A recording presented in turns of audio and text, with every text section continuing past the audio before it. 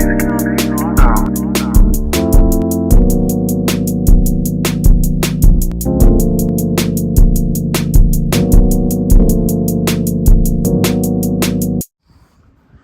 what's up, guys? So we're back on it. Early morning, a bit of a late start. I woke up late, guys. So we're repairing this roof. We did like really good. Nothing broke. So the prep work paid off. Not even a plumbing vent broke. So we got everything off, including the broken skylight. We even got that off with no leaks.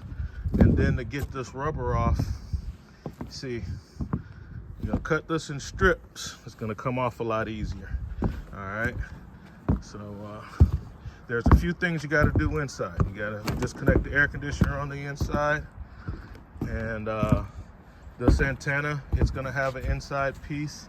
Other than that, everything else is gonna be done.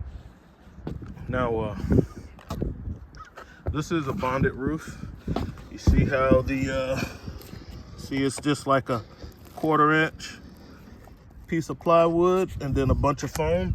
And then on the bottom, another 1/4 inch. You can't cut that out.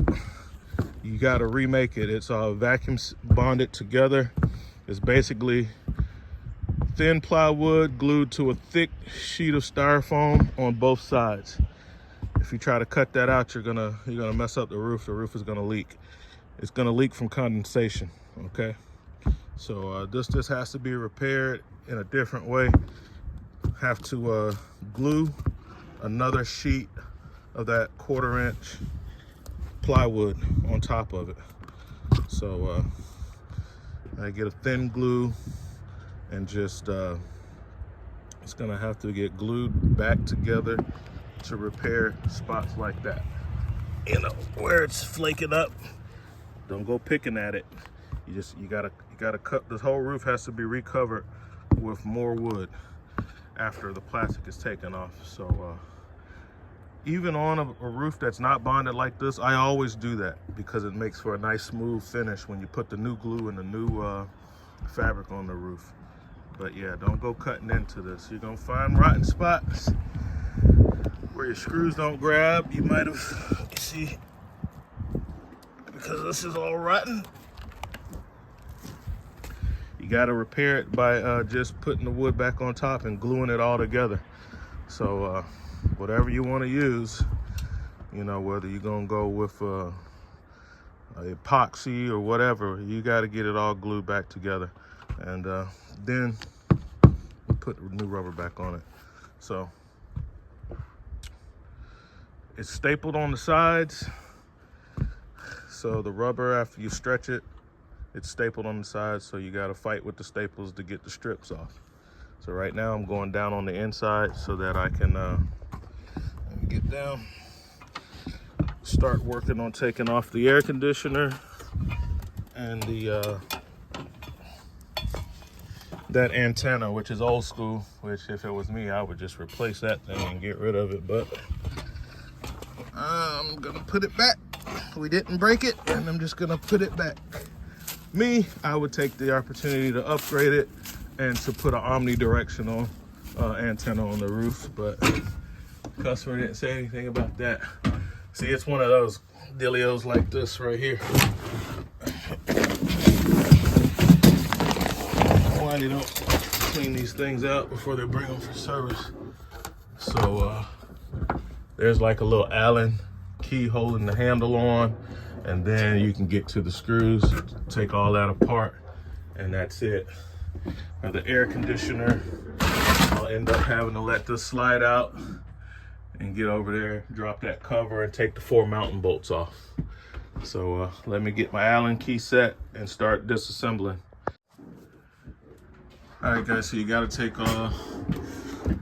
ceiling assembly down. I've already removed the screws. There's the beauty cover, 4 mounting screws that hold the turn some lights on, that holds the air conditioner up. Go in here, pull out the control box.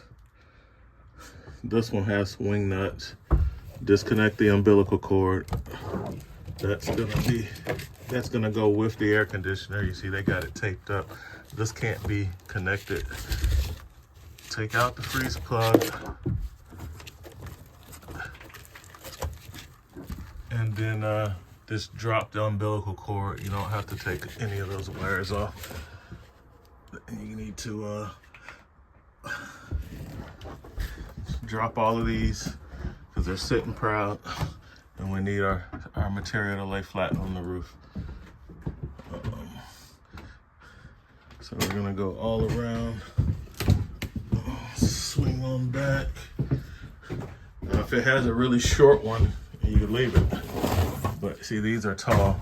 They're like, well, they're kind of, that one's just under the roof, so I don't have to worry about that one. But if they're sticking up proud, you gotta take them off. Like that one looks like it's sticking up proud.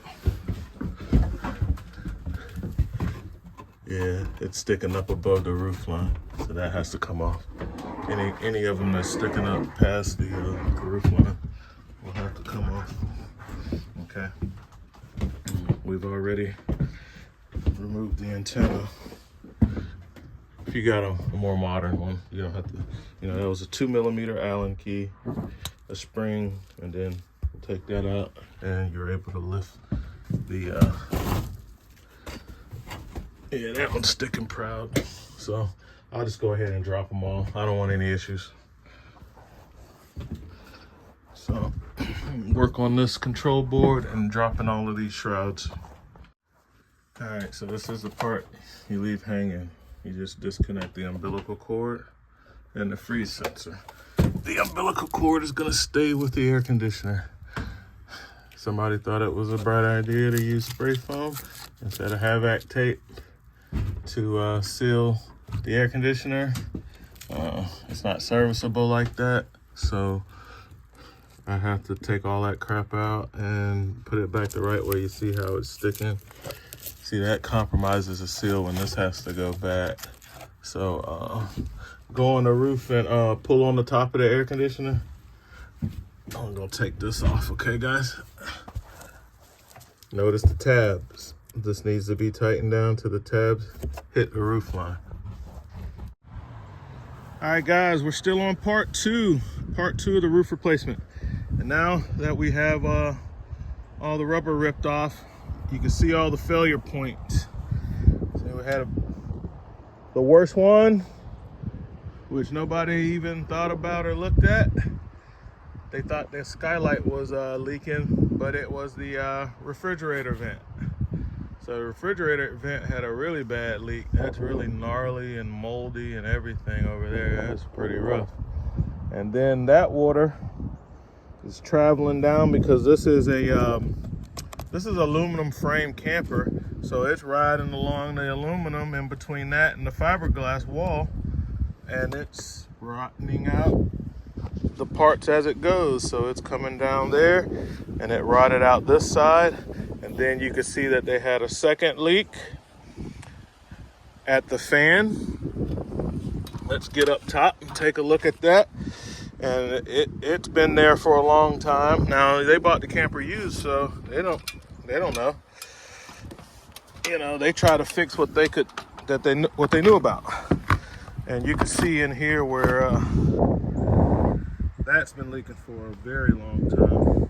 You know, when you look at that, and you look at the skylight, everything's all nice and white. That wasn't really a problem. It was this. It was the refrigerator vent. That was the problem. So, and see how they got that channel cut out? That water is just sitting in there and riding on the inside. All right, and let's look at the other spots where they had problems. We got back there where the ladder used to be. That's a leak. You see how the wood's all flaking up.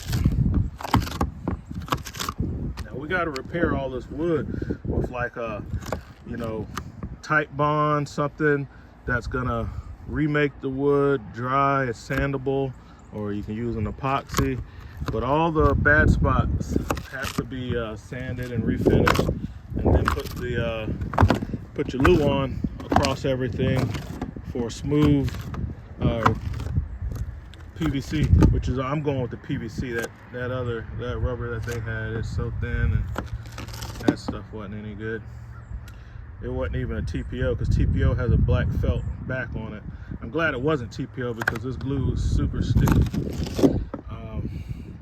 But yeah, that's the worst spot right there. Okay, now let's go towards the front, which I need to get a couple screws out of this front cap and move this front cap. So you can see this is where the entry plate for the antenna, stupid antenna, and had a leak there, and we had a leak where the actual antenna mounted at. So that's going to be a failure in the die core. That just comes from not doing your 90-day check, your annual reseals. That's how that got tore up. And then we have this front cap that I have to, there's a few screws in it. This is fiberglass. I have to take a couple screws out. But this whole front cap needs to go up because the wood goes under it and the rubber's going to have to go under it. So you're going to leave your access to the back, not to the front, because it's too hard to get it under this front cap.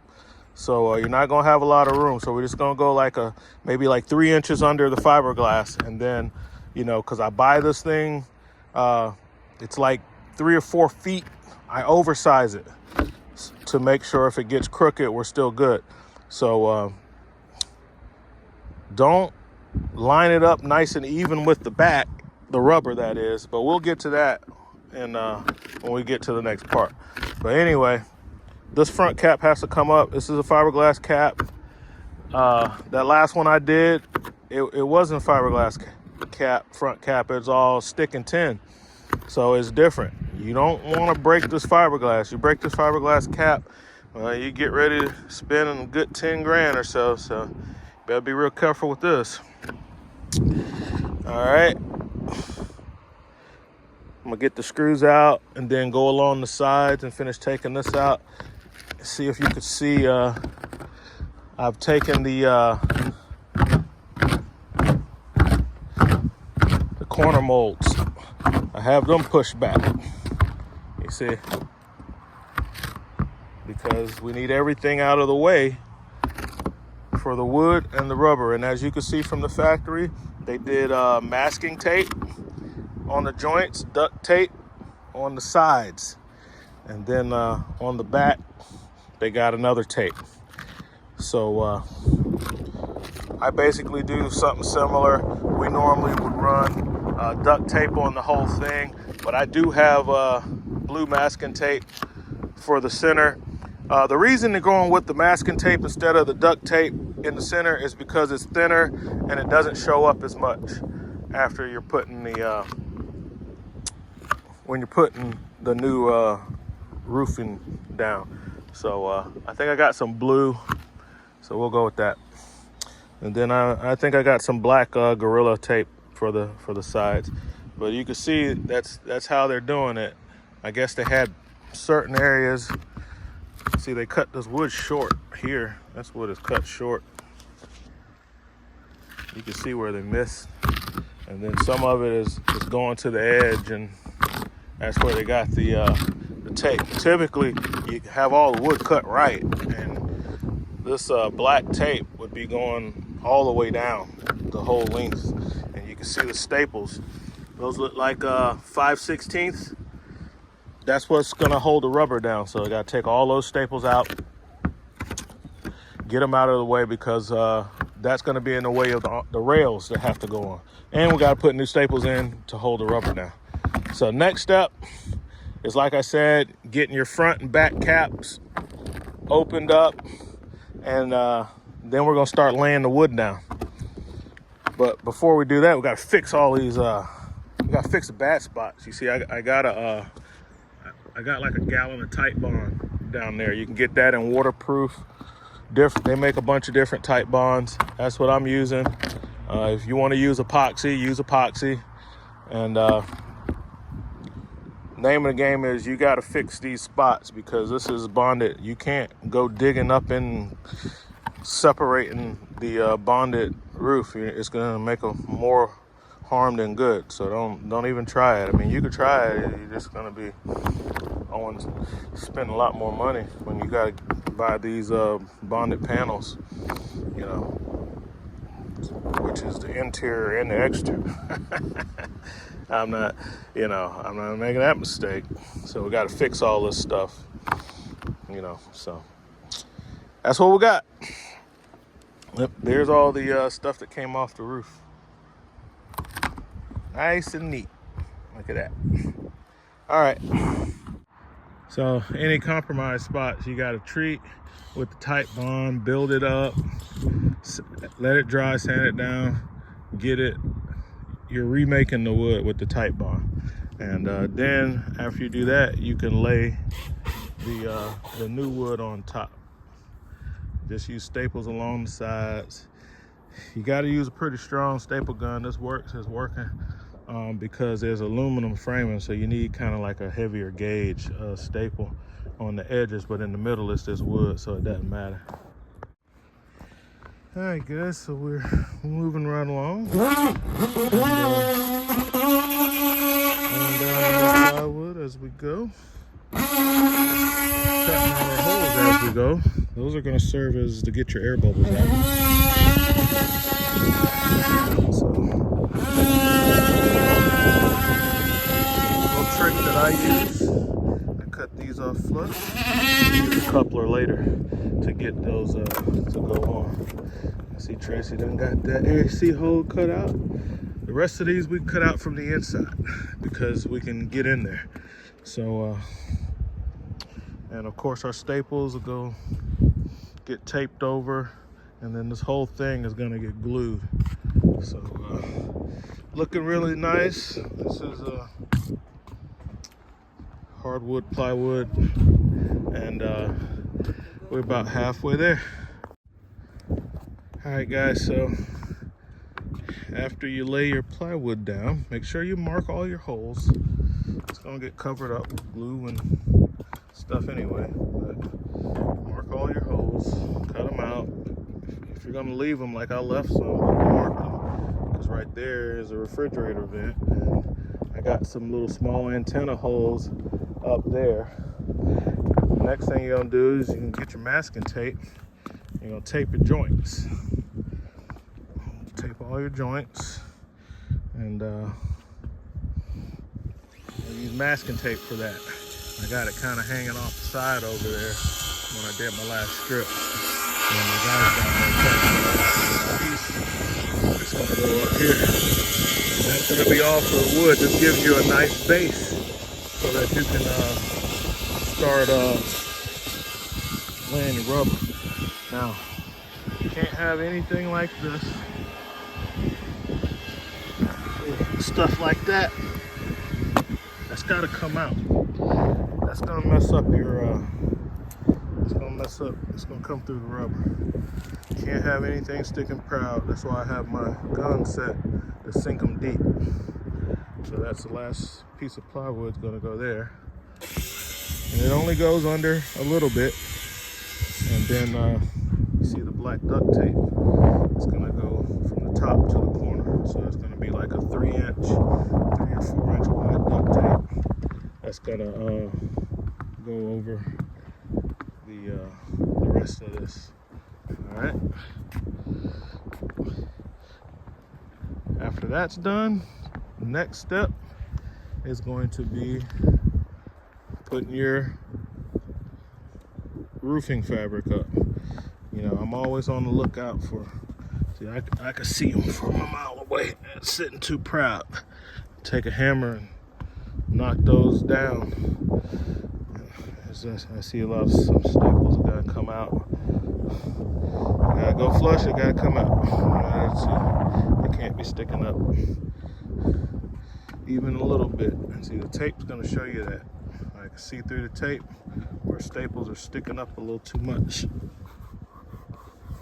See, that's too much. The PVC that I got, it's a heavier weight, and it's thick, but still, if you can see it through the tape, it's a possibility that you're gonna see it through the PVC. So go ahead and get your hammer and knock all those down. If this wasn't a bonded roof, I would have used screws instead of staples. But since it's a bonded roof, the procedure is a little different. Overall, the procedure is the same, similar. I'm not gonna say it's the same, because when you're dealing with bonded roof, there's things you got to take into consideration. So, but the parts as far as cleaning the roof, taking everything off, all that's the same. Laying down your wood, the type of wood and the thickness of wood you use is going to depend on if you have a wood roof or a bonded roof. So, like if this was a wood roof, well, we would have took out whole sheets of, they would have used like 1/2 inch, because that's what they use. They never use the best stuff like 3/4. So then we would have ripped it all out. But this is bonded roof, so you have to glue it. The wood is glued down. The staples are just to hold it in place until the glue sets up. Okay, so this wood is glued to the wood underneath. We're trying to make a airtight seal, and then we'll go on top of the wood with glue and then fabric. It's a mess. It's stuff everywhere, but we're gonna get it done. So see, the last piece is going in now. After that piece is in, we'll the glue's already on. Once that piece gets in, we'll tape it, go around pulling up staples, knocking down staples, continue to tape, get the wide duct tape, and then we're ready for gluing the fabric. So let me help out with that, and I'll be right back, guys. All right, guys, so it's getting kind of dark. During this time of year, the days are short. Once I get my building up, I could do this even faster, but I mean, like 3 days is really good.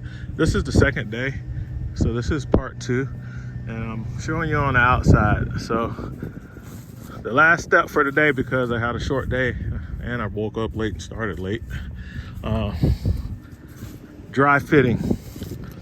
So take your fabric, and you need to get it how it needs to roll on with the glue. Get it into position. Prep work. So you're going to sit it on, and especially if you're not gonna roll it right then and there, you need to tape it all the way around. If you're gonna roll the glue on one side, you just tape one side to keep the wind from kicking it up. All right, let's go on top, take a look.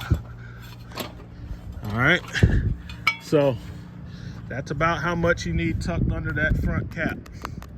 So we got the access on the back. See how good it's gonna look. This PVC is a lot thicker than that what was that, EPDM? I think that's EPDM down there, because it doesn't have a black backer, so it's not TPO. I think that's EPDM. One of them has a black backer, the other one doesn't. And you can kind of see where the holes are, because that's kind of where the fabric's so heavy, it kind of sinks down where we got the holes. And there's not a whole lot of wrinkles in it now, and that's a good sign. You know, I had this heated. If you're doing this in the wintertime, this needs to be heated. So I leave it in the house, so it's heated. When I pull it out and lay it on, it's at room temperature. It's like 70 degrees, so it lays out. And then, of course, we're gonna pull it tight, and we're gonna get a lot of these little ridges and wrinkles out after we get the glue on, and we'll pull it tight. So that's what it looks like. So that's the next step. You can see the tape. We go way up and way down, because we don't need the wind kicking us up. So don't be lazy on the tape. See, we got it good. All right, let me show you where the excess is. Now this camper is 34 feet, but the nose is longer than the roof, so really it's like 32, and I ordered 35 to make sure I had enough. You don't want to order this too short. And then they cut it long to make sure you're not sending it back because it's too short. So this is all the excess hanging out the back. We'll just cut that off. before we start rolling. I'll just cut that off about 3 or 4 inches at the top, and then I'll cut it again for the final trim when it's time to put the railings back on. Okay, so that's the end of day 2, guys. It's looking great, and we're gonna keep working at it. Catch you guys later. RV Tech Pro out.